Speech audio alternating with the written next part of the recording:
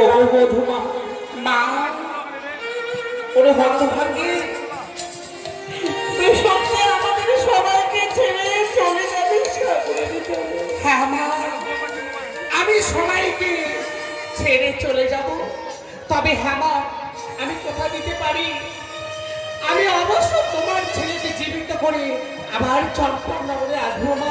বধূমা, হ্যাঁ মা, কিন্তু বধূমা, আর বলি কি, তুমি আমার গৃহে থেকে যাও। 6 বধূ আছে, বরং তুমি থাকো গৃহে।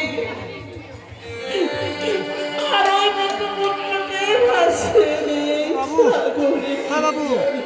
মা, না মা, তুমি আর আমার এই যাত্রার পথে বাধা দিও না মা। বধূমা, হ্যাঁ মা, আর বাধা দিও না, খালি আশীর্বাদ করো, আমি যেন তোমার পুত্রকে জীবিত করতে পারি। বাবা, আশীর্বাদ করো বাবা। আমরা সবাই আশীর্বাদ করছি, তুমি তোমার মৃত্যুর স্বামীকে জীবিত করে আমার চম্পকনগরে ফিরে এসে আমাকে আমাকে বাবা বলে ডাকে। আশীর্বাদ করো, লেখাপড়া করো। আজকে রাজমা যাও তোমার স্বামীকে জীবিত করে আমার আমাকে বাবা বলে ডাকতে পারো। ঠিক আছে। হ্যাঁ বধূমা, তুমি যখন চলে যাবে আমার কথা মানবে না, মারানিকে মঞ্চে তাহলে আসার আমি জন্য বলা হচ্ছে। আশীর্বাদ করছি তুমি যেন বাবা চলেও সিঁদুর পড়তে পারো। মা, তাই যেন হয়, তাই যেন হয়। মারানিকে মঞ্চে আসার জন্য বলা হচ্ছে। বাবা, জানি না আর কখন কোনোদিন দেখা হবে কিনা, কিন্তু আমার বিশ্বাস অবশ্যই দেখা হবে বাবা। কিন্তু আমার মন যেন কেমন করছে বাবা। আজ আমি সবাইকে ছেড়ে এই অকুল সাগরে আমার মৃত স্বামীকে নিয়ে যাবো।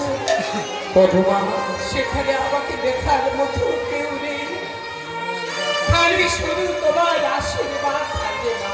বধূমা, তবে আমার এই মৃত্যুপুত্রকে নিয়ে সাগরের জলে ভাসার আগে তুমি তোমার সতীর কিন্তু বাদ দিয়ে যাও। বলো মা, এই চম্পকনগরে থেকে আমরা কেমন করে বুঝবো তুমি আমার পুত্রকে জীবিত করবে? বেশ মা, আমি তাই দেব। তবে শোনো মা, কোরাকের তল্য মা জ্বালিয়া জানছে বাতি, 6 মাস চলবে মা, না করবে এখনো আরো রাখিয়া যান মা। সতীর প্রমাণ মেন্ড ধরে রাখেছ, ওই উষা আমূল ধার, উষা ধান গাছে আমার যদি শস্য হয়, নিশ্চয় জানবে তোমার লক্ষ্মীকার জীবিত বধূমা, বেশ। ওপার খাতির দিয়ে আরো পুরী চাম্পা ফুল, সেই ফুল ফুটিয়ে আমার দূরে যাবে মা। মারিয়ানি দরকার আছে মারিয়া। সেই দিন জানিবে তোমার বেহুলার সতীত্ব হলো না। না বধূমা, তা যেন না হয় বধূ। বাবা, বাবা রে,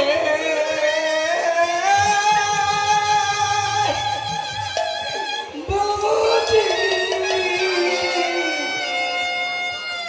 সে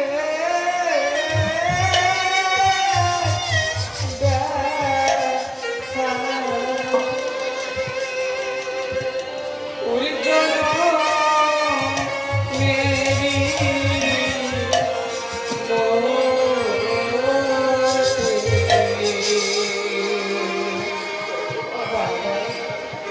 বাবা রে,